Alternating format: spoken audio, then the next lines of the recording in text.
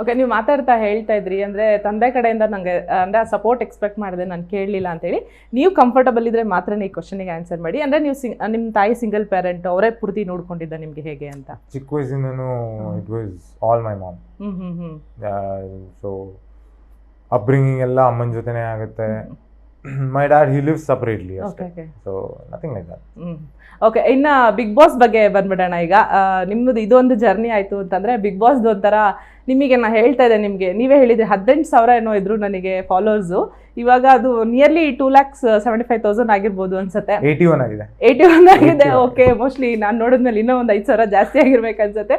ಅದ್ರ ಬಗ್ಗೆ ಎಷ್ಟು ಖುಷಿ ಇದೆ ನಿಮಗೆ, ಜನಗಳು ಕೊಡ್ತಿರೋ ಪ್ರೀತಿ ಬಗ್ಗೆ? ಮ್ಯಾಮ್ ಲಿಟ್ರಲಿ ನಾನು ಅನ್ಕೊಂಡು ಇರಲಿಲ್ಲ. ನಾವು ಒಳಗೆ ಹೋದಾಗ ಆಲ್ಮೋಸ್ಟ್ 18,000 ಇತ್ತು. ಆಚೆ ಬರೋಷ್ಟರಲ್ಲಿ ಅಟ್ಲೀಸ್ಟ್ ಒಂದು 40,000 ದಾಟಿರ್ಬೋದು. ಬಿಕಾಸ್ ಅಷ್ಟು ಜನಕ್ಕಾರು ಇಷ್ಟ ಆಗಿರ್ತೀನಿ ಅಂತ ನಾನು ಅನ್ಕೊಂಡು ಒಳಗೆ ಹೋದೆ.